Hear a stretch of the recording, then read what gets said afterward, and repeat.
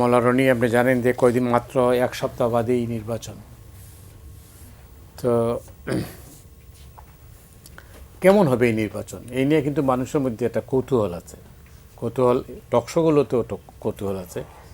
তো সে যেহেতু আপনি রাজনীতি নিয়ে বিশ্লেষণ করেন, আপনার দৃষ্টিতেও নির্বাচন কমিশন কতটা স্বাধীন, কীভাবে নির্বাচন কমিশন সক্ষম কিনা এত বড় একটা নির্বাচনের আয়োজন করা হয়েছে, কিন্তু এটা মানে ঘরে তো ফসলটা তুলতে হবে, তা সেটা কতটুকু সক্ষম আপনি মনে করেন? এই জন্য আমার প্রশ্নটা হচ্ছে কেমন হবে নির্বাচন। প্রথমত যে আজকের এই আমরা যখন টকশোটা করছি, আজকে রাত্রিতেই পবিত্র লাইলাতুল বরাত। আমরা যারা ধর্ম বিশ্বাসী আমরা বিশ্বাস করি যে এই সময়টিতে আগামী 1 বছর আমাদের তকদিরের লিখন ঘটবে। আপনার অনুষ্ঠানের মাধ্যমে মহান আল্লাহর কাছে প্রার্থনা, তিনি যেন আমাদের একটা সুন্দর নির্বাচন দেন, সুন্দর একটা গণতন্ত্র উপহার দেন, আর আমাদের দেশের জন্য যেটি ভালো হয় মহান আল্লাহ রাব্বুল আলামিন যেন সেটিই করেন। যেভাবে শেখ হাসিনার যে বিরাট জগদ্দল পাথরের মতো শাসন, আমরা সবাই যখন আশা হারিয়ে ফেলেছিলাম কিছু হবে না, সবাই যার যার মতো করে, ঠিক সেই সময়টাতে আল্লাহ রাব্বুল আলামিন এমন কি ঘটালেন যে ঘটনার ফলে জুলাই আগস্টের এত বড় একটা বিপ্লব হলো। ফলে আমাদের যে ক্ষুদ্র জ্ঞান, আপনার আমার যে ক্ষুদ্র জ্ঞান, সেই ক্ষুদ্র জ্ঞান অনুযায়ী 12 তারিখের নির্বাচনটা কেমন হবে একটু যদি বিচার করতে যাই, বিশ্লেষণ করতে যাই, still you are finding a huge problem. অসংখ্য সমস্যা দেখতে পাচ্ছি, যেখানে দৈনন্দিন যে দৈনন্দিন আইন শৃঙ্খলার যে রেটিং, আমার জানা মতে গত 17 মাস এটার যে অবনতিটা হয়েছে, এটা আমি আমার জীবনে দেখিনি কখনো। এটা কেবলই মাত্র যে আইন শৃঙ্খলার যে চুরি ডাকাতি রাহাজানি বেড়েছে তা নয়, প্রত্যেকটা মানুষের আতে ঘা দিয়েছে। সমাজে যিনি বিত্তশালী তিনি ভয় পাচ্ছেন, বোধহয় তার বিত্ত যে কেউ ছিনিয়ে নিতে পারে। যিনি সম্মানিত তিনি ভয় পাচ্ছেন, আমার সম্মান যে কোনো সময় লাঞ্ছিত অপমানিত হতে পারে। যিনি পুলিশ তিনি মনে করছেন যে আমি বোধহয় নিজের নিরাপত্তাটাই আগে আমার দেখা উচিত। এরকম একটা বিশৃঙ্খলা অবস্থা গেল আইন শৃঙ্খলা। 2 নম্বর হলো যে পুরুষ এবং একটা রাষ্ট্র, এটার মেরুদণ্ড হলো অর্থ। অর্থ যদি না থাকে আর কোনো কিছু থাকে না। এই মুহূর্তে আমরা অ্যাজ এ নেশন হিসেবে ইতিহাসের সবচাইতে একটা ক্রান্তিকাল পার করছি অর্থনৈতিকভাবে। প্রত্যেকটা মানুষের মধ্যেই অভাববোধ যা হয়েছে আমরা সবাই জানি। 3 নম্বর হলো যে আমরা এই মুহূর্তে কার্যত বন্ধুহীন ইন্টারন্যাশনালি। বর্তমান যে সরকার আছে সেই সরকারের কৌশলগত কোনো বন্ধু নেই। এখন বিএনপির সঙ্গে চীনের ভালো সম্পর্ক বা অন্য 10টা রাষ্ট্রের ভালো সম্পর্ক আছে, সেটা বিএনপির সঙ্গে, জামাতের সঙ্গে 10টা রাষ্ট্রের ভালো সম্পর্ক আছে, কিন্তু ডক্টর মোহাম্মদ ইউনূসের সঙ্গে বর্তমান যে অন্তর্বর্তীকালীন সরকার তাদের সঙ্গে কৌশলগত সম্পর্ক রয়েছে, এরকম ভালো কোনো সুখবর জানা নেই।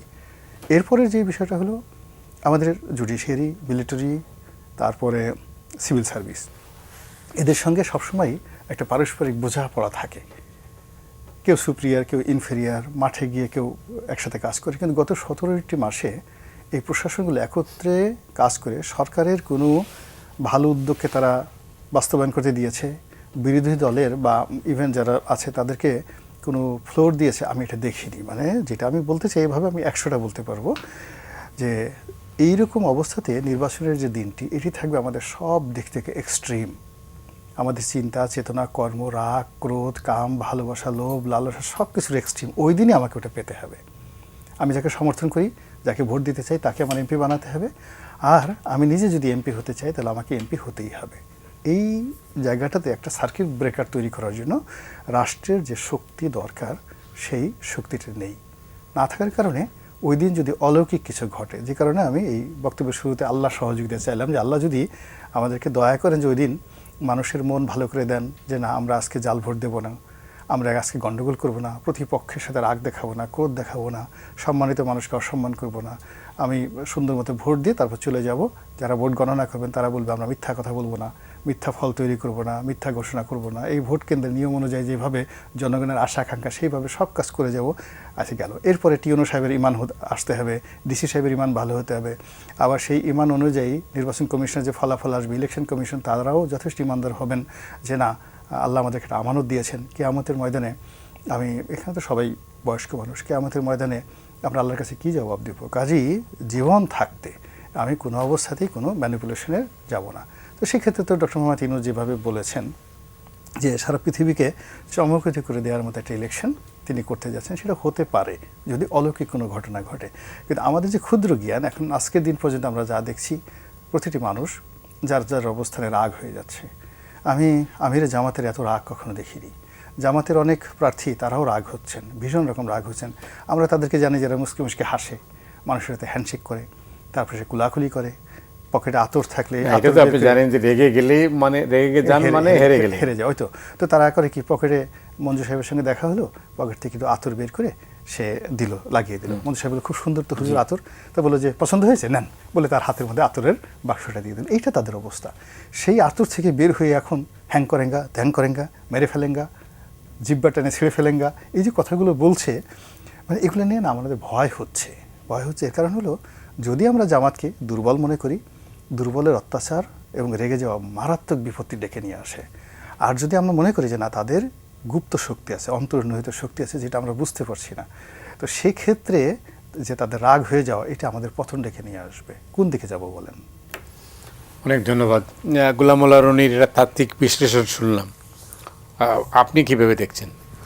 ধন্যবাদ আপনাকে। রনি ভাই যে কথা বলেছেন যে অনেকগুলা যদি এটা হতো, যদি এটা হতো, যদি এটা হতো, এটা হলো, এটা যদি হতো তা আমরা সবাই কিন্তু খুশি হতাম যে আমাদের দেশটা দুধের নহরে ভেসে যাচ্ছে, এরকম একটা অবস্থা কিন্তু হতো।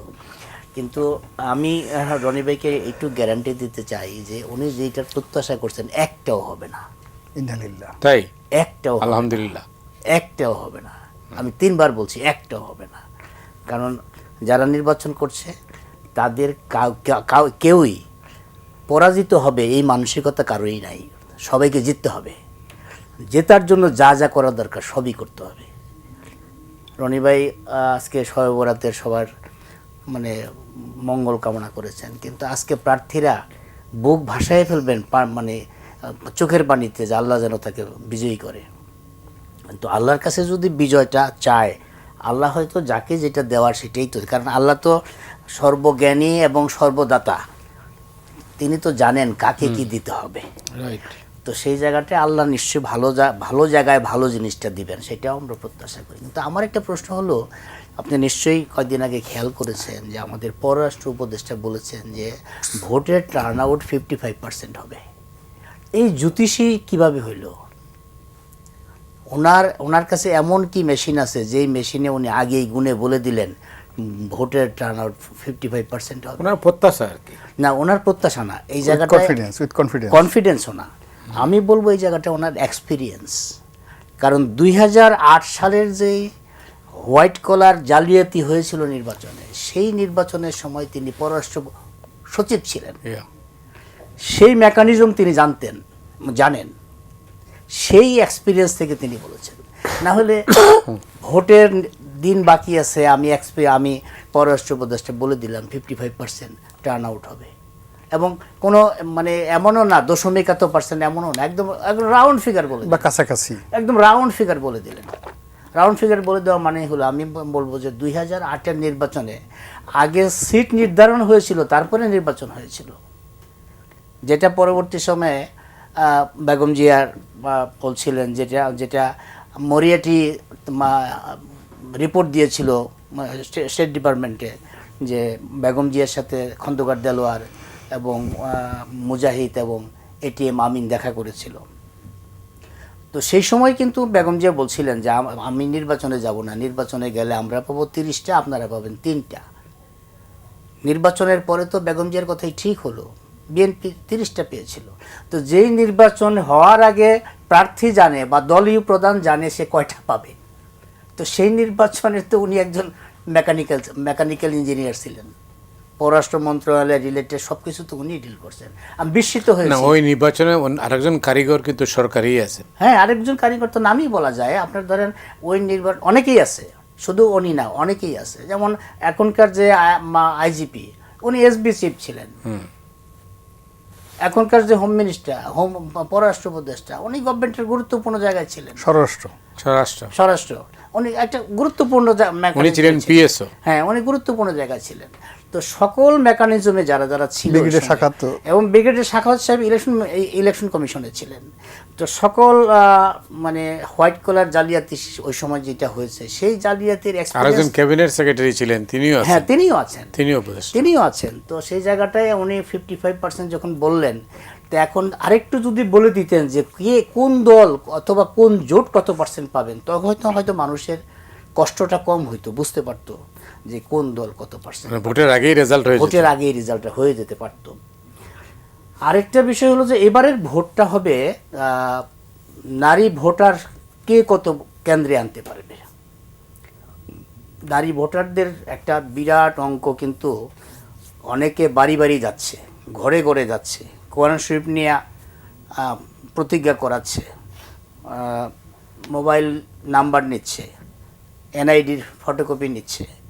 তো নারী ভোটার যদি ক্যাম্পে না আনতে পারে, ভোট কেন্দ্রে না আনতে পারে, এবং ভোটারদেরকে যদি ধরে ধরে ভোট কেন্দ্রে না আনতে পারে, যেই দল আনতে পারবে তাদের পক্ষে রেজাল্ট বের করে আনা সম্ভব।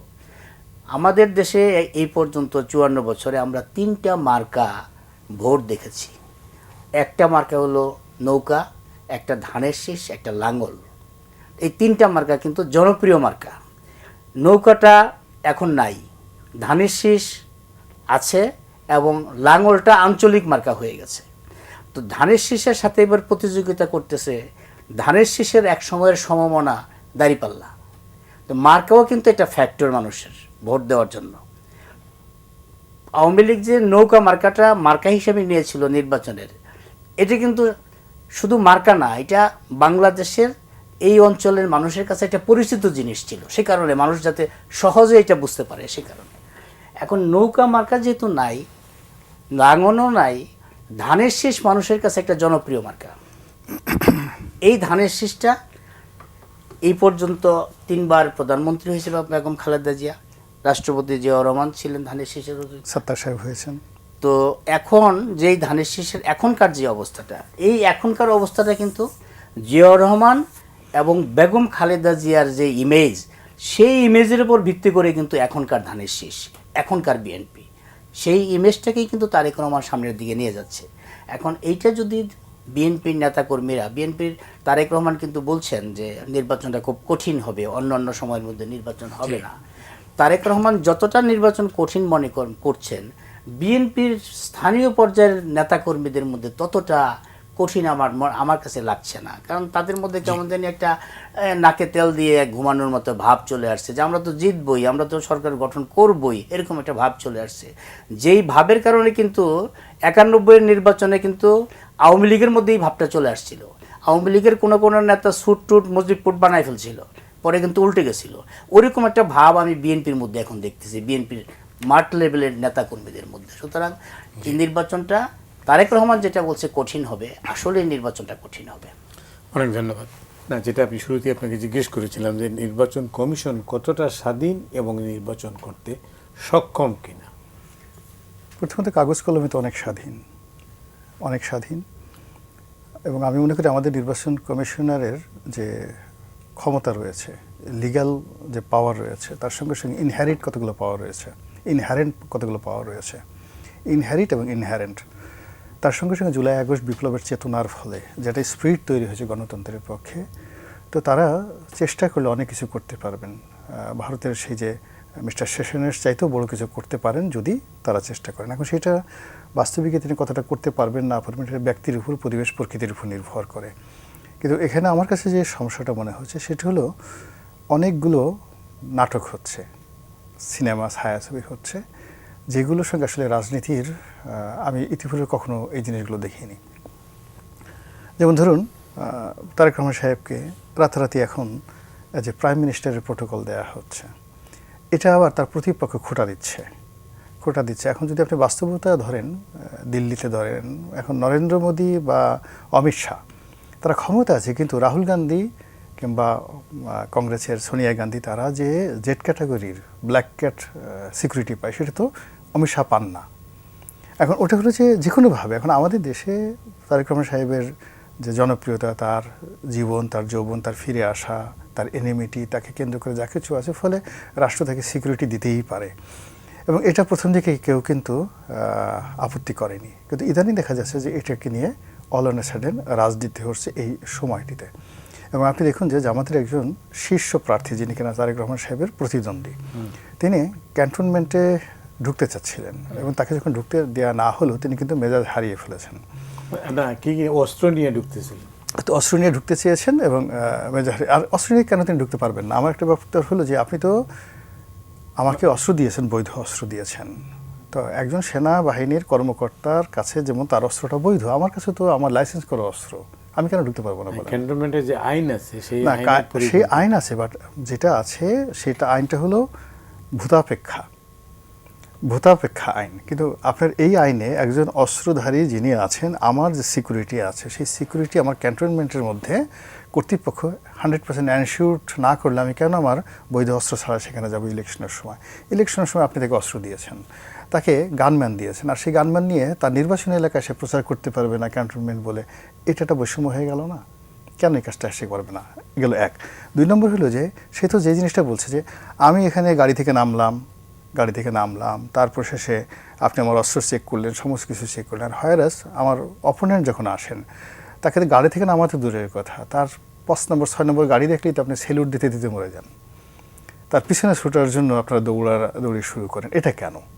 তা একটু বোঝার চেষ্টা করেন যে অ্যাঙ্গার, ক্রোধ এবং ক্ষোভ আমরা সবাই জানি। মোরালেস আমরা যারা অস্ত্র দীর্ঘদিন ধরে অস্ত্র হোল্ড করি, আমরাও জানি যে ক্যান্টনমেন্টে অস্ত্র নিয়ে যাওয়াটা আমাদের জন্য সঠিক না। আমরা অনেক সময় চেক করেন, আমরা বলি না, কিন্তু আমাদের গাড়িতে থেকে ওই করে। কিন্তু এই সময়টা যখন আমাকে বলবে যে না মিস্টার রনি আপনি এটা যেতে পারবেন না, বা একটা আইন আছে আপনি ক্যান্টনমেন্টে ব্ল্যাক গ্লাস নিয়ে যেতে পারবেন না, তো যখন বাধা দেবে আমি তো সেটা যেতে পারবো না। কিন্তু অনেক সময় তারা এক্সকিউজ করে যে ঠিক আছে আপনি যান, সেটা ব্যাপার। তো সেইভাবে তারা যাচ্ছে এবং এখানে যে ঘটনাটা ঘটছে, একজন প্রার্থীর যে ক্রোধ এবং ক্ষোভ সমস্ত প্রোটোকলের বাইরে এই চলে গেছে। ক্ষেত্রে নির্বাচন কমিশনের ভূমিকা কি? এক্ষেত্রে নির্বাচন কমিশনের ভূমিকা প্রথমত এই বিষয়টি সেটেল করা। এই কারণ হলো এখন আমাদের দেশে ভীষণ রকম একটা বজ্জাতিক কাণ্ড কারখানা চলছে। জুলাই আগস্ট বিপ্লবের সময় আমরা জানি যে প্রায় 8,000-এর মতো অস্ত্র লুট হয়েছে। এর মধ্যে এসএসএফের যে একেবারে আলট্রা মডার্ন যে আমেরিকান অস্ত্রগুলো, ইটালির পেট্রো বারেটা থেকে শুরু করে AK-47 অস্ত্রগুলো লুট হয়েছে। সেই অস্ত্রগুলো আবারও কোথায় আছে আমরা জানি না। এর মধ্যে কিছু কিছু প্রার্থীকে বৈধভাবে অস্ত্র দেওয়া হয়েছে, তারা সেই অস্ত্রটা জমা না দিয়ে তারা এই মতে ঘুরছে। অন্যদিকে সমাজে যারা দীর্ঘদিন যাবত তাদের নিরাপত্তার জন্য রাষ্ট্র তাদেরকে অস্ত্র দিয়েছে, সেই অস্ত্র আবার তাদেরকে থানায় জমা দিতে বলা হয়েছে। সবাই থানায় অস্ত্র জমা দিয়েছে 31 তারিখের মধ্যে। ফলে কি হলো আপনি দেখুন যে অবৈধ অস্ত্র নির্বিবাদে নির্দ্বিধায়। এখন আপনি ধরুন mister Motiur Rahman Chowdhury, you are eminent person, আপনার একটা অস্ত্র রাষ্ট্র দিয়েছে, সবাই জানে যে এখন এই সময়টাতে আপনার কাছে অস্ত্র নেই। এখন আপনাকে যদি যে কোনো একটা অবৈধ অস্ত্রধারী আপনাকে একটা গুলি করে, জানে যে এরকম একটা ইম্পর্টেন্ট লোককে শোয়াই দিতে পারলে নির্বাচনটা বানচাল হয়ে যাবে। তো অ্যাজ লং অ্যাজ আমরা যারা বৈধ অস্ত্রের অধিকারী, আমাদেরকে নিরাপত্তা না দিয়ে আমাদের অস্ত্র নিয়ে যাওয়া হয়েছে। অন্যদিকে অবৈধ অস্ত্র উদ্ধারের নামে যে সকল অস্ত্র উদ্ধার হচ্ছে সেগুলো মানে চাকু, ছুরি, বেয়োনেট, পুরনো পিস্তলের ম্যাগাজিন, এই সমস্ত জিনিস হাস্যকর। আবার অন্যদিকে প্রার্থীদের একটা বিরাট অংশ, 2,000-এর মতো প্রার্থী, তাদের মধ্যে অল্প কয়েকজনকে আবার আপনি আর্মস ক্যারি করার সুযোগ দিয়েছেন। এখন এখানে নির্বাচন কমিশন মোরালি আসলে আমার কাছে মনে হচ্ছে এটা কোনো কথা বলার মতো শক্তি তাদের নেই, এই মুহূর্তে নেই। না, কেন নেই? আইন তো বলে স্বাধীন। না, সব কিছু স্বাধীন আছে, কিন্তু ওই যে বললাম যে আপনার একটা স্বাধীন হার্ট আছে, একটা কিডনি আছে। তো হার্টের সাথে কিডনির সঙ্গে তো একটা সংযোগ থাকা লাগবে। আমাদের এখানে আজকে দেখলাম সেনাবাহিনীর প্রধান, 3 বাহিনীর প্রধান বক্তব্য দিচ্ছেন, এই কথা কখনো হয়নি। যখনই আমার সমাজে আমি দেখছি অড কোনো কিছু হয়েছে, তখনই সেখানে আসলে মানে অদ্ভুত ঘটনা ঘটেছে। তিনি বললেন যে নির্বাচন না হওয়ার কোনো কারণ নাই, সেনাবাহিনী চাচ্ছে, পুলিশ বাহিনী চাচ্ছে, সবাই চাচ্ছে নির্বাচন। তো সেনাবাহিনী যদি 3 বাহিনী পুলিশ মানে 3 বাহিনী যদি নির্বাচন চায়, তাহলে নির্বাচন না হওয়ার কোনো কারণ নেই। ওনার এই কথাটার কারণে নির্বাচন ঝুঁকিপূর্ণ হয়ে পড়েছে। তাদের কথায় তো নির্বাচন হবে না, তারা আমাদের এই প্রজাতন্ত্রের কর্মচারী, অক্সিলারি ফোর্স, সাহায্যকারী ফোর্স। তো সেই সাহায্যকারী ফোর্স অনুযায়ী তারা কী করবে, জনগণের আশা এবং আকাঙ্ক্ষাকে মাঠে বাস্তবায়ন করবেন। কিন্তু তারা যখন নিজেরা সিউরিটি দিচ্ছে নির্বাচন হবেই, তখন যারা নির্বাচন হবে না তাদের মধ্যে একটা জেদ চলে আসে, দেখি তুমি কেভাবে পারো, এই জিনিসগুলো হয়ে যাচ্ছে। তো সেক্ষেত্রে ইলেকশন কমিশন যেটা কাজ করবে, তাকে তো আইজি সাহেবের সাহায্য লাগবে, সেনাপ্রধানের সাহায্য লাগবে। এখন ডেলি স্টার ভবন যখন আগুন লাগলো, তখন তো বাংলাদেশে যাদের কথায় বলা হতো যে কিংবদন্তি, মাহফুজ সাহেব, মতিউর রহমান সাহেব, নুরুল কবির সাহেব, তারা বহুবার সেই প্রধান উপদেষ্টা থেকে শুরু করে সমস্ত কর্তা ব্যক্তিদেরকে টেলিফোন করে একটা পুলিশকে মুভ করাতে পারেনি। তো বুঝতে চেষ্টা করেন যে মানুষ হাহাকার করে, এবং ওই দিন ডেলি স্টারের 30-35 জন লোক পুড়ে যেতে পারতো। তো ওই যদি এই অবস্থা হয় ওই দিনের অবস্থাতে, এখন তো পরিস্থিতি আরও খারাপ হয়েছে। অনেক ধন্যবাদ। এই যে প্রশ্নটা তুকি করেছিলাম যে নির্বাচন কমিশন কতটা স্বাধীন, যদি যেটা এই যে প্রশ্নটা নিয়ে তিনি রেফারেন্স টানলেন, ক্যান্টনমেন্টে একজন ক্যান্ডিডেট ঢুকতে যাচ্ছিলেন, নির্বাচন কমিশনের তো ক্ষমতা আছে এই ব্যাপারে একটা দায়িত্ব নিয়ে বলা কথা, তারা তো এখন তো কিছুই বলছেন না। না, নির্বাচন কমিশন স্বাধীন, আমাদের যেটা রনি ভাই বললেন যে কাগজে কলমে। কাগজে কলমে বাংলাদেশের এখনকার যে নির্বাচন কমিশন, এই নির্বাচন কমিশন যদি এখন ধরেন হাসনাত আবদুল্লাহ বা নাহিদ ইসলাম অথবা আপনার ধরেন পাটোয়ারি, নাসিরউদ্দিন পাটোয়ারি, এই তিনজনের যে কোনো একজন অথবা এনসিপির কোনো একজন নেতা যদি বলে যে আমি নির্বাচন কমিশনে এখন যাব, দেখা যাবে যে চিফ ইলেকশন কমিশনার থেকে শুরু করে সব রেডি হয়ে থাকে তাকে রিসিভ করার জন্য।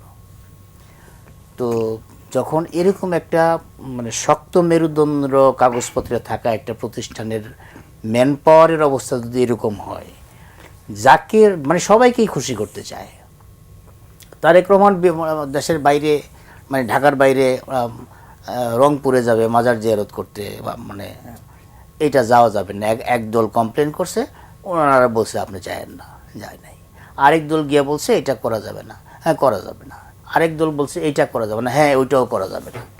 এখন সবাইকে খুশি করার যে এজেন্ডা নিয়ে আপনি নেমেছেন, এই এজেন্ডা তো শক্ত মেরুদণ্ড সম্পন্ন লোক এটা এখানে নাই। আর এখানে যারা এখনও আছেন তাদের ব্যাকগ্রাউন্ডও কারো শক্ত না, এবং দুর্বল লোকগুলা বেছে বেছেই কিন্তু ইলেকশন কমিশনে দেয়া হয়েছে, যাতে করে সবার ধমক তারা সহ্য করতে পারে অথবা সবাই তাদের ধমক দিতে পারে, এরকম লোকগুলি কিন্তু দেওয়া হয়েছে। নির্বাচন কমিশনের এখন যারা আছে, এখন কেউ একজন নাই দাঁড়িয়ে বলবে আমি এটা করব না বা এইটাই মানতে হবে, একজনও নাই। একজন মাহবুব তালুকদার নাই, একজন মাহবুব তালুকদার নাই। মাহবুব তালুকদার তো মানে বাংলাদেশের ইতিহাসে নির্বাচন কমিশনের স্মরণীয় একজন ব্যক্তি। তিনি কথা বলতেন, গার্ডস নিয়ে বলতেন, আইন জানতেন, তার আইন জানার নিজের সততা নিয়ে তার একটা অহংকার ছিল। তো এখন তারা অসৎ কি সৎ এই জায়গায় আমি জানি না, কিন্তু তাদের কারো কাছে আমার এখন পর্যন্ত মনে হলো কারো পার্সোনালিটি নাই। এরকম পার্সোনালিটি সম্পন্ন মানুষ যদি না থাকে ইলেকশন কমিশনে, সেই ইলেকশন কমিশনার শক্ত হবে কেন? দুর্বল হবে, এটি স্বাভাবিক। আগে তো এই যে পার্সোনালিটি, এই দুর্বল প্রতিষ্ঠান দিয়ে এত বড় আয়োজন কি সম্পন্ন করা সম্ভব? দুর্বল প্রতিষ্ঠান দিয়ে কারণ সম্ভব এই জন্য, কারণ সরকার তো দুর্বল। সরকার চিন্তা করেছে যে তার আরেকটা ইন্ডিপেন্ডেন্ট বডি যদি তার চেয়ে বেশি শক্ত হয়ে যায়, তখন তো সরকারের কথা শুনবে না। সরকারের এমন একটা বডি দরকার, এমন একটা লোক দরকার যেই কথা সরকারের কথার বাইরে যাবে না। অবিডিয়েন্ট মানে সার্ভেন্ট আর মানে গার্ডস সার্ভেন্টের মধ্যে ডিফারেন্স আছে। তো অবিডিয়েন্ট সার্ভেন্ট দরকার। অবিডিয়েন্ট সার্ভেন্ট দেখে কিন্তু ইলেকশন কমিশন গঠন করা হয়েছে। আপনারা দেখেন চিফ ইলেকশন কমিশনার কিন্তু একবার আওয়াজ হয়েছিল যে তাকে রাখা হবে না, তিনি হাসপাতালেও ভর্তি হয়েছিলেন, নানা রকম ঝামেলা হয়েছে। এই নাসিরউদ্দিন পাটোয়ারি এই কিন্তু ঘোষণা করেছিল যে এই নির্বাচন কমিশন থাকবে কি থাকবে না সেই সিদ্ধান্ত হবে। আরেকজন কিন্তু বলেছিলেন জুলাই সনদের উপর নির্ভর করে নির্বাচন কমিশন, এই নির্বাচন কমিশন থাকবে কি থাকবে না। যখন তারা বলছিল যে নির্বাচন কমিশন থাকবে কি থাকবে না, তখন এইখানে যারা আছেন তারা থাকার জন্য অস্থির হয়ে গেছেন। কোনো না কোনোভাবে তাদেরকে থাকতে হবে, যার যেভাবে মানে লবি করা সেই লবিতে তারা ঠিকই আছে। এখন দুর্বলের সাথে দুর্বলের সম্পর্কটা, বন্ধুত্বটা মানে সহনীয় পর্যায়ে থাকে। দুর্বলের সাথে সবলের কখনো সম্পর্ক হয় না, কারণ দুই মেরুর জিনিস। নির্বাচন কমিশন যখন শক্ত মেরুর থাকবে, তখন সরকারের অনেক সিদ্ধান্তই মানতে পারে না তারা। আর দুর্বল যেহেতু, সরকারও দুর্বল, নির্বাচন কমিশনও দুর্বল, সুতরাং দুই দুর্বলে মিলে ইলেকশন যা করা সেটা করবে। এইবারের ইলেকশন পাহারা দিতে হবে জনগণকে, কারণ নির্বাচনের ফল দেরি হতে পারে, এইটা কিন্তু অ্যানাউন্সমেন্ট আগে হয়ে গেছে। কতদিন দেরি হতে পারে সেটা কিন্তু বলে নাই। এটা 2 দিন হইতে পারে, 3 দিনও হইতে পারে, 4 দিনও হইতে পারে। ইচ্ছা যে আমার এখনো সময় হয় না ইলেকশন মানে রেজাল্ট কাউন্ট করার বা রেজাল্ট প্রকাশ করার। কেন্দ্রে প্রত্যেক প্রার্থী প্রত্যেক কেন্দ্র থেকে রেজাল্ট নিয়ে বেরোতে হবে, না হলে এই রেজাল্ট কিন্তু তারা 7 দিন 15 দিনে দেখতে পারবে কিনা জানি না। আবার ইলেকশন হওয়ার পরে এই ইলেকশন কমিশনের আইনে অথবা আমাদের সরকারের মধ্যে অন্তর্বর্তী সরকারকে বলা হয় নাই যে আপনি এত দিন পরে ইলেকশন করে কিন্তু আপনি চলে যাবেন, আপনি ইলেকশন করলেন, কিন্তু আমার ইচ্ছা হলো আমি ক্ষমতা আমি দেব না, আমি 3 দিন 7 দিন 5 দিনের মধ্যে ওত নেব না। এখন ওতের ব্যাপার আসতেছে, এখন স্পিকার নাই, আবার ডেপুটি স্পিকার নাই। এখন ইলেকশন আরেকটা অপশন আছে, সরকার মনোনীত একজন লোক অথবা chief election commissioner. Chief election commissioner পর্যন্ত যখন অপশন আসবে, চিফ ইলেকশন কমিশনার বলবে যে আমার অনেক কিছু করতে দেরি আছে, ফেব্রুয়ারিতে 12 তারিখে নির্বাচন হয়েছে, আমি আগস্টের 5 তারিখে ওত নেব, মানে সংসদ সদস্যদের শপথ পড়াবো। এখন কিছু করার নেই তো, শপথ তো আপনার যদি চিফ ইলেকশন কমিশনার পড়ায়, তো চিফ ইলেকশন কমিশনারকে সরকার যা বলবে সেদিনই কিন্তু ওত হবে, এর আগে কিন্তু ওত হবে না। সুতরাং ইলেকশন হওয়ার পরেই 3 দিন 7 দিনের মধ্যে সরকার গঠন হয়ে যাবে, ওত হবে, রেজাল্ট হবে, এইটাও কেমন যেন একটু সন্দেহ সংশয় তৈরি হয়েছে। সুতরাং ইলেকশন হওয়া এবং ইলেকশন পরবর্তী সময়ে, এই পর্যন্ত বহু ইলেকশনে রনি ভাই ইলেকশন করেছেন, আমাদের প্রস্তুতি থাকে, গণমাধ্যম এবং প্রার্থীদের প্রস্তুতি থাকে, ইলেকশন পরে যাতে কোনো সহিংস ঘটনা না ঘটে, ইলেকশনের পরবর্তী সময়ে পরাজিত মানে বিজিত প্রার্থীর মধ্যে কোনো মারামারি যাতে না হয়। এইবার হবে উল্টাটা, সরকার যাতে কোনো কিছু ম্যানিপুলেশন করতে না পারে সেটা পাহারা দেওয়ার এইবারের প্রক্রিয়াটা হবে।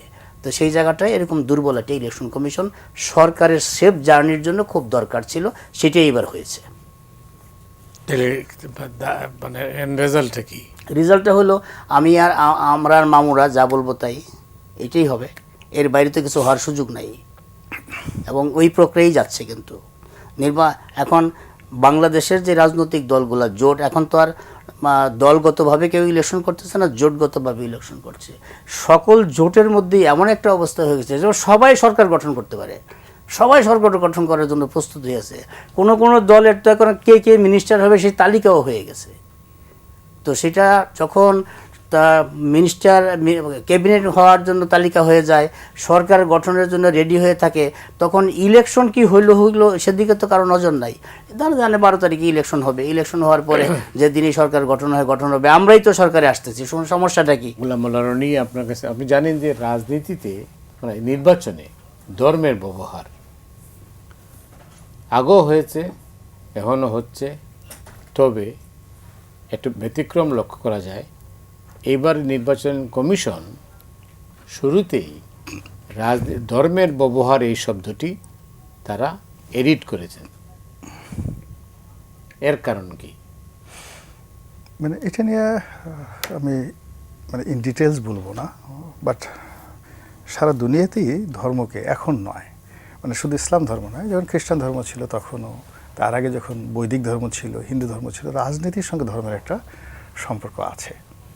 এবং জনগণকে মানে একটা উর্দু কবিতা আছে, হাল তেরা চাল হ্যায় মকসুদ তেরা মাল হ্যায় লাখো কো আন্ধা কর দিয়া, পলিটিশিয়ানদের সম্পর্কে বলা হয়েছে, উর্দু শের, যে আপনি যখন মানুষকে মেন্টালি দমাতে চান, নিজেকে সুপ্রিয়ার বানাতে চান, তো যখন আপনার একটা ধর্মীয় লেবাস থাকে তখন নোবডি লাক্স এনি কোশ্চেন, আপনাকে একটা মিরাকেল কিছু মনে করবে। আর যদি আপনি ধর্মীয় লেবাস না থাকে, লোকজন জিজ্ঞেস করবে আচ্ছা ঠিক আছে, ইফ ইউ আর লিডার, শিক্ষাগত যোগ্যতা কি, আমার চেয়ে শক্তি বেশি নাকি, টাকা বেশি আছে কিনা, তো সেক্ষেত্রে ধর্মটা হলো একটা সাধারণ হাতিয়ার। তো এটা সবসময় ব্যবহৃত হয়ে আসছে, এখনও হচ্ছে এবং আগামীতেও হবে। এখন এটা হলো যে এটার প্রতিক্রিয়াটা কি হচ্ছে। প্রতিক্রিয়া হলো অতীতের যে কোনো সময়ের চাইতে আমাদের যে ধর্মটা, এই ধর্মটা আগে যেমন দেখা গেল যে শুধু বলা হতো যে জামাতের নেতৃত্বে ইসলামী দলগুলো, এখন জামাতের কাউন্টার 4-5টা কিন্তু ইসলামী দল কিন্তু দাঁড়িয়ে আছে। আপনি যদি হেফাজতের মধ্যে দুটো অংশ দেখেন, তাবলিগ তারা এখনও ঘোষণা করেনি, কিন্তু তারা একটা বিরাট 1 কোটি লোক নিয়ে প্রায় একটা রাজনৈতিক শক্তি হয়ে তারা কিন্তু দাঁড়িয়ে আছে, তারা ডিক্লেয়ার করেনি কিন্তু তাদের সে রয়েছে। চরমোনাই পীর সাহেব এই গত 17 মাস ধরে তার যে ক্ষমতা, তার যে সাংগঠনিক ক্ষমতা এবং তার যে দাপট পলিটিক্যাল সেক্টর, এটা জামাতের চেয়ে খুব বেশি কম বলে আমার কাছে মনে হচ্ছে না। জামাত ইটসেলফ এই সময়টিতে তারা রাষ্ট্র নিয়ে চিন্তা করছে, শরিয়া আইন নিয়ে চিন্তা করছে, সংবিধান, এমনকি এই প্রথম জামাত স্বাধীন সার্বভৌমভাবে হোক বা না হোক, তারা মনে করছে এককভাবে এই 10 দলীয় জোট নিয়ে তারা ক্ষমতা যেতে পারবে, তারা প্রধানমন্ত্রী হবে, তারা সংবিধান প্রণয়ন করে সব কিছু করবে। এই যে তাদের যে বিশ্বাসের যে জায়গাটি, সেই জায়গাটি ইতিপূর্বে কখনো এখন যে অবস্থা তার অর্ধেকটাও ছিল না, তারা মনে মনে স্বপ্ন দেখত। এখন এই যে একটা ইসলামিক রাষ্ট্র গঠন করার বা ধর্মকে ব্যবহার করে রাজনীতি করার যে বাসনা, এই বাসনা আমাদেরকে তুরস্কের সঙ্গে যোগাযোগ ঘটিয়ে দিয়েছে। এই বাসনের সঙ্গে ইরানের সঙ্গে আমাদের যোগাযোগ ঘটিয়ে দিয়েছে। আইএসের সঙ্গে যোগাযোগ যে হয়নি আপনি বলতে পারবেন না। আফগানিস্তানকে একটা মডেল হিসেবে আমাদের, আপনি ইন্টারনেট খুললেই আপনি দেখবেন আফগানিস্তানের শত সমস্যা সত্ত্বেও দেশের লক্ষ লক্ষ তরুণ তারা মনে করছে যে আফগানিস্তানে যা কিছু হচ্ছে আমেরিকা চ্যালেঞ্জ করে এটাই আসলে হওয়া উচিত, মুসলমানদের ওইরকম শক্তি থাকা উচিত। তো এরকম একটা দক্ষিণপন্থা গ্রুপ প্রাতিষ্ঠানিকভাবে গত 17 মাসে যেভাবে তারা পিলার গেড়ে ফেলেছে, তাদের জন্য মধ্যপন্থা, লিবারেল যে ডেমোক্রেসি, তারপরে যেটাকে বলা হয় নিরপেক্ষ, ধর্মনিরপেক্ষ ডেমোক্রেসি, বাঙালি জাতীয়তাবাদ, বাংলাদেশি জাতীয়তাবাদ, এটা ক্রমশ ফিকে হয়ে আসছে। আপনি চিন্তা করুন যে আওয়ামী লীগ তো নাই এখন, জিরো। এবং আওয়ামী লীগ যদি বিএনপি রাষ্ট্র ক্ষমতায় আসে, একটা সুন্দর গণতান্ত্রিক অবস্থা হয়, তো হয়তো আওয়ামী লীগ রাজনীতি করার একটা কন্ডিশনাল সুযোগ পাবে, কিন্তু ক্ষমতা আসা সুদূর পড়া হতো। তো এখানে যেটা আছে, আলোর বাতিঘর হিসেবে আছে বিএনপি। এখন বিএনপি যদি ক্ষমতায় আসে, তাহলে এই যে আমরা যে আমাদের যে প্রচলিত গণতন্ত্র, সেই গণতন্ত্রের পথে আমরা দিক দিক করে আগাতে থাকবো, বাধা হবে, সব কিছু হবে। কিন্তু ইনকেস যদি বিএনপি না আসে, জামাত যদি আসে ক্ষমতায়, জামাত আসার সঙ্গে আপনি এই মুহূর্তে একেবারে বুকে থাপ্পড় দিয়ে বলতে পারবেন না এখানে আপনি যে না রনি ভাই আপনি এটা অন্যায় বলতেছেন, জামাত আসতেই পারবে না। 5% ভোট নিয়ে 6% ভোট নিয়ে কী করে আসবে? বাট জামাত যে আসতে পারবে, সেটা ম্যাট্রিকুলাস ডিজাইন হোক, যেভাবে হোক না কেন, ইঞ্জিনিয়ারিং হোক, এটা কিন্তু এখন বিএনপি যারা শীর্ষ পর্যায়ের নেতৃবৃন্দ তাদের মনে কিন্তু এই আতঙ্ক দেখা দিয়েছে। ইট ইজ পসিবল, কিন্তু এই পসিবিলিটিটাই আমরা কিন্তু এই 2024 সনের আগস্ট মাসে কল্পনাও করি নাই। It was out of in imagination. তো এর ফলে কী হলো কি দেখেন, যে যদি জামাত কোনো কারণে ক্ষমতা আসে বা 7 দিনের জন্য যদি ক্ষমতা আসে, আপনি দেখবেন যে there will be no more BNP. আপনি বিএনপিকে এই আওয়ামী লীগের মতো এরকম একটা অবস্থায়, অসহায়, ভগ্ন, দুর্বল অবস্থায়, বিচ্ছিন্ন, ছেঁড়াবেড়া অবস্থায় দেখতে পাবেন। এবং সেই যে ইসলামপন্থীদের যে উল্লাস, তাদের যে দাপট, সেই দাপটে এই বাংলাদেশটাও দেখবেন যে একসময় মিশরের মতো হয়ে গেছে, অন্য দেশের মতো হয়ে গেছে। তো এরকম এই ইলেকশনকে কেন্দ্র করে আমরা আসলে একটা বেহেশত এবং দোজখের মাঝামাঝি একটা জায়গাতে আছি। এখানে যারাই জিতবে তারা মূলত বাংলাদেশের গণতন্ত্রকে একটা ট্রেডিশনাল ওয়েতে নেবে, অথবা এই একটা ইসলামাইজেশনের পথে নিয়ে যাবে, ভালো মন্দ সেটা পরের ব্যাপার। তো এইভাবে একটা দুটো পক্ষই সর্বশক্তি নিয়ে তারা একে অপরের সাথে যে টাগ অফ ওয়ার, 12 তারিখে যে একটা ভোট যুদ্ধে তারা নেমেছে, still nobody is 100% sure who is going to be win. কে যে উইন করছে আমরা কেউ বলতে পারছি না। অনেক ধন্যবাদ। এই প্রসঙ্গে আপনার কিছু বলা আছে? এই প্রসঙ্গে আমার বক্তব্য হলো যে আপনার 5ই আগস্টের 2024-এর 5ই আগস্টের পরবর্তী সময়ের যে মুভমেন্টটা হয়েছে, সেই মুভমেন্টের মধ্যে মেইন ফোকাসটা ছিল এন্টি ভারত, এবং এই যে অভ্যুত্থানকারীরা বা যারাই হোক, এটা হলো এন্টি ভারত মুভমেন্টটা হয়েছে। এই এন্টি ভারত মুভমেন্টটা আবার প্রো পাকিস্তান মুভমেন্টে পাকিস্তান হয়ে গেছে। তখন কথায় কথায় এই যে অনেকগুলা আরবি শব্দের কিন্তু জন্ম হয়েছে, ইনসাফ, ইনকিলাব, অনেকগুলা আরবি শব্দের কিন্তু জন্ম হয়েছে। যার মধ্যে ইনসাফ নাই সেও এখন ইনসাফ প্রতিষ্ঠার জন্য আন্দোলন করতেছে, যার মধ্যে ইনকিলাব নাই সেও এখন ইনকিলাবের জন্য জান প্রাণ দিচ্ছে। তো সে এরকম একটা অবস্থায় মানে এই কিছু শব্দের ব্যবহার দিয়ে একটা নতুন চিন্তা, নতুন ভাবনা, নতুন একটা গ্রুপ তৈরি হয়ে গেছে। এই গ্রুপের কারণে মনে হচ্ছে যে বাংলাদেশে ইসলাম কায়েম ছাড়া আর কোনো উপায় নাই। কিন্তু বাংলাদেশে কখনোই একদম ধর্মভিত্তিক রাজনীতি দিয়ে ইসলাম মানে ইসলামী শাসন ব্যবস্থা বাংলাদেশে কখনোই সম্ভব না, হবেও না। এবং যেভাবেই হোক, হ্যাঁ ক্ষমতার ভাগ হতে পারে, ক্ষমতার সাথে পার্লামেন্টে বিরোধী দল হতে পারে, বা পার্লামেন্টের একটা অনেকগুলো আসন নিয়ে হয়তো ইসলামিক দল থাকতে পারে, কিন্তু ইসলামের নামে বাংলাদেশে ইসলামী শাসন ব্যবস্থা, শরিয়া আইন বাংলাদেশে কখনোই হবে না। এটা একদম গ্যারান্টি। এটা হবে না, করতে পারবে না, পারবে না। বাংলাদেশের মানুষ আর যাই হোক ওইটা কিন্তু মানবে না। আপনি দেখবেন যে বাংলাদেশের মানুষ একটা অসম্ভব রকম মানে ক্যারেক্টার। আপনি দেখবেন যে ইউনিভার্সিটিতে একটা মেয়ে পড়ে, সেই মেয়েটার কোনো হিজাব নাই, কোনো ঘুমটা নাই, কিন্তু তার মা এমনভাবে হিজাব পরে আছে যে তার চোখটা ছাড়ার কিছু দেখা যায় না। কিন্তু হওয়া উচিত ছিল কি, যেই মেয়েটা বিয়ে হয় নাই, যে হিজাব পরে নাই, যে বোরকা পরে নাই, তাকে যেন মানুষ না দেখে, সে যত পর্দায় থাকে। হওয়া উচিত ছিল এইটা, কিন্তু হয়ে গেছে উল্টাটা। যেই মহিলা বিয়ে হয়েছে, যার বয়স 50-60 হয়ে গেছে, তিনি খুব পর্দা করতেছেন, কিন্তু তার পাশেই কিন্তু তার মেয়েটা রিক্সা নিয়ে যাচ্ছে, দুই মা মেয়ে, ড্রেসে কিন্তু আকাশ পাতাল ডিফারেন্স। তার মানে কি, বয়স্ক মানুষটা সে কিন্তু একটা তরিকায় চিন্তা করে, আর যে ইয়াং মানুষটা, যে মেয়েটা, তার তরিকার চিন্তা কিন্তু আরেকটা। তো একই ঘরের মধ্যে যদি এরকম চিন্তার বৈপরীত্য থাকে, তো এই দেশে তো ওইটা হবে না। এটা খুব স্বাভাবিক বিষয়। কারণ এটার আরেকটা বিষয় হলো যে দেখেন, বাংলাদেশের একটা প্যাটার্ন আছে। কোনো মা তার মেয়ে আর তার ছেলের বউ দুইটাকে একরকম দেখে না। 90% মা ছেলের বউকে নিজের মেয়ের মতো দেখে না। মেয়ে যখন বাড়িতে বেড়াইতে আসে তখন একরকম আদর থাকে, আর ছেলের বউ যখন বাপের বাড়িতে যেতে চায় তখন বলে যে না মা, বউ তুমি 7 দিন পরে যাও। কিন্তু মেয়ে বাপের বাড়িতে যখন আসবে তখন কত তাড়াতাড়ি আসবে সেটার জন্য কিন্তু মা অস্থির থাকে। তো এই যে ঘরের মধ্যেই আপনার আমাদের ভিন্নতা, এইটাও কিন্তু আমাদের সংস্কৃতির একটা অংশ। কিন্তু 5ই আগস্টের পরে বাংলাদেশে এটা ইসলামী গোষ্ঠীর, ইসলামী ফোর্সের যে উত্থান ঘটেছে, এটাকে আপনি কিভাবে দেখবেন? এইটা উত্থানটা একটা ভ্যাকুয়াম। যদি এই জায়গায় আওয়ামী লীগ থাকতো আজকে, তো এই উত্থানটা কিন্তু হতো না। একটা শূন্যতার জায়গাটা তৈরি হয়েছে, কারণ আর তো কোনো দল নাই। এবং ইভেন কি যদি জাতীয় পার্টি আওয়ামী লীগের সাথে অ্যালায়েন্সে না থাকতো, জাতীয় পার্টি যদি স্বাভাবিক রাজনৈতিক দলের কর্মকাণ্ড করতে পারতো, তাও কিন্তু এই ভ্যাকুয়ামটা তৈরি হতো না। এই ভ্যাকুয়ামের মধ্যে এরকম একটা বিষয় দাঁড়িয়ে গেছে। না হইলে প্রতিদ্বন্দ্বিতা হওয়ার কথা ধানের শীষ, নৌকা এবং লাঙ্গল, সেই জায়গায় প্রতিদ্বন্দ্বিতা হচ্ছে ধানের শীষ আর দাঁড়িপাল্লার মধ্যে। শূন্যতার কারণে আমরা শূন্যতার মধ্যে অনেক কিছুই হয়ে যায়, শূন্যতার কারণে এই জিনিসটা তৈরি হয়েছে। কিন্তু বাংলাদেশে শরিয়া আইন কায়েম করার মতো পরিস্থিতি কখনোই হবে না, একদম আমি আমার বিশ্বাস থেকে বলতেছি আর কি। কারণ বাংলাদেশের মানুষ ধর্মপ্রাণ মানুষ, কিন্তু ধর্মে অন্ধ না। একদম ধর্ম নিয়েই মানুষের চিন্তাটা, একদম ধর্মের বাইরে কিছু হবে না সেটা কিন্তু না। দেখি গোলাম মাওলা রনি কি এই প্রসঙ্গে মানে এই বলতেছে মঞ্জু ভাইয়ের সঙ্গে আমার মানে কখনোই দ্বিমত হয় না সাধারণত, কিন্তু আমার যে ঐতিহাসিক যতটুকু অভিজ্ঞতা আছে সেই অভিজ্ঞতা দিয়ে আমি তার বক্তব্যের সঙ্গে কিছুটা দ্বিমত না, মানে আমি তাকে জাস্ট কমপ্লিমেন্ট সাপ্লিমেন্ট করতে চাই। আমি সাথে সাথে দেখতেছিলাম আসলে বাংলাদেশের সম্পর্কে, যেমন আমার সোনার বাংলা, আমি তোমায় ভালোবাসি, বা এরকম সবুজ দেশ আর কোনো দেশে নাই, এগুলো আমাদের আবেগের কথা বেসিক্যালি। কিন্তু আমাদের এই দেশগুলো হলো কি, সবসময় রাজনীতির সঙ্গে, রাষ্ট্রতন্ত্রের সঙ্গে, রাষ্ট্র ক্ষমতার সঙ্গে কমপ্লাই করেছে।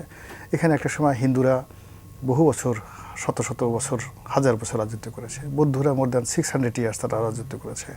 আবার যখন দিল্লিতে সেই কুতুবুদ্দিন আইবেক সেখানে শাসন ক্ষমতায় বসলেন, তখন কিন্তু সঙ্গে সঙ্গে এখানে হযরত শাহজালাল, শাহ রহমতুল্লাহ আসছে। বলে রাজনীতির সঙ্গে ধর্মের একটা সম্পৃক্ত আছে। এবং এখানে বাংলাদেশে যা হচ্ছে, বাংলাদেশের মানুষ আরও আনপ্রেডিক্টেবল। আপনি যদি পাকিস্তানের কথা চিন্তা করেন, পাকিস্তান এবং সৌদি আরব, এই দুটো রাষ্ট্রের যে ঐতিহাসিক ভিত্তি, আমি পাকিস্তানের কথা বলি, যে আলেকজান্ডার যখন এলেন তারও 300 বছর আগে পাকিস্তানে একটা বিশ্ববিদ্যালয় ছিল, তক্ষশিলা বিশ্ববিদ্যালয়। তারও 3000 বছর আগে, আলেকজান্ডারও 3000 বছর আগে, দেয়ার ওয়াজ 2 সিটি, মানে সেখানে সভ্যতা মজুদ উঠেছে, মহেঞ্জোদারো এবং হরপ্পা। এবং সেখানে এই যে এখন আমরা যে ডেমোক্রেসি বলি, এইরকম ডেমোক্রেসি ছিল সেই জায়গাটাতে, যেটা আর্যরা এসে ধ্বংস করে ফেলে। এখন সেই পাকিস্তান, যারা কিনা সারা পৃথিবীতে আর্য সভ্যতার পাদভূমি, সেখানে এখন কি হচ্ছে? ইসলামাইজেশন। আপনি আফগানিস্তানের কথা চিন্তা করেন, আফগানিস্তানে কিন্তু পৃথিবীর সবচেয়ে বড় বৌদ্ধ মূর্তি, এবং বৌদ্ধদের সবচেয়ে বড় যে জায়গাটা, ওটা আফগানিস্তানে। এমনকি যখন আলেকজান্ডার এখানে আক্রমণ করলেন, আলেকজান্ডার কিন্তু এখানে আরেকটু পরাজিত হয়ে যেতেন। ফলে ওখানকার রাজার মেয়েকে বিয়ে করে, রোকসানা, তাকে বিয়ে করে কিন্তু এখান থেকে তাকে চলে যেতে হয়েছিল। এবং অ্যাট দ্যাট টাইম কোনো রকম, মানে আফগানিস্তান কখনোই একটা রাষ্ট্র, ধর্মভিত্তিক রাষ্ট্র কোনো দিন ছিল না। এবং আপনি এই যে রুশ জমানাতে গিয়ে দেখেন, যেখানে যে নজিবুল্লাহ সাহেব যখন ছিলেন, আফগানিস্তান এবং ইরানের আধুনিকতা দেখলে আপনার মাথা খারাপ হয়ে যাবে। তো ইরানের মতো জায়গাতে যদি হিজাব আসতে পারে, যেখানে 5000 বছরের ইতিহাসে কখনই এখন অবগুণ্ঠিত নারীকে ইরান দেখেনি, তারা কৃষ্টি কালচার, তো সেই তুলনায় আমাদের শাসন ক্ষমতার আগেই আমরা সারা শরীর অবগুণ্ঠন দিয়ে ঢেকে রাস্তায় ঘুরে বেড়াচ্ছি, হেলিকপ্টারে ঘুরে বেড়াচ্ছি। তো এখানে এই যে যখন রাষ্ট্র ক্ষমতা এসে যাবে, যারা এই কাজ করে ফেলেছে তাদের দায়িত্ব হবে, সুন্নতির দায়িত্ব হবে আরও 10 জন সাক্ষী জোগাড় করার। এমনকি আমরা 3 জন যে আছি, আমাদেরকে যদি বোরকা পরে ভবিষ্যতে ঘুরতে হয়, খুব অবাক করার মতো কিছু থাকবে না। ওয়েল 30 সেকেন্ড আছে। না, আমরা চাই না, আমরা পর্দাতে বিশ্বাস করি, আমরা সবাই পর্দা মানুক, কিন্তু পর্দা শুধু কাপড়ের পর্দা দিলে হবে না, চোখের পর্দা, অন্তরের পর্দা লাগবে। শুধু কাপড় দিয়ে শরীর ঢাকলেই তো পর্দা হয় না। আমি দেখা গেল যে যে সব পুরা শরীর ঢেকে রেখেছে, কিন্তু চোখ দিয়ে যা দেখার সব দেখে ফেলেছে। অন্তরটা যদি ঠিক না থাকে, অন্তরের পর্দাও লাগবে। চোখের পর্দা, অন্তরের পর্দা, হাতের পর্দা, পায়ের পর্দা, সব কিছুর পর্দা লাগে কিন্তু। কারণ হাসরের মাঠে আল্লাহ তাআলা যখন মুখটা বন্ধ করে দিবে, সকল অঙ্গ প্রত্যঙ্গ যার যার কৃতকর্মের কথা কিন্তু বলতে মানে কি থাকবে। 5ই আগস্ট থেকে আমরা এটাই পেলাম?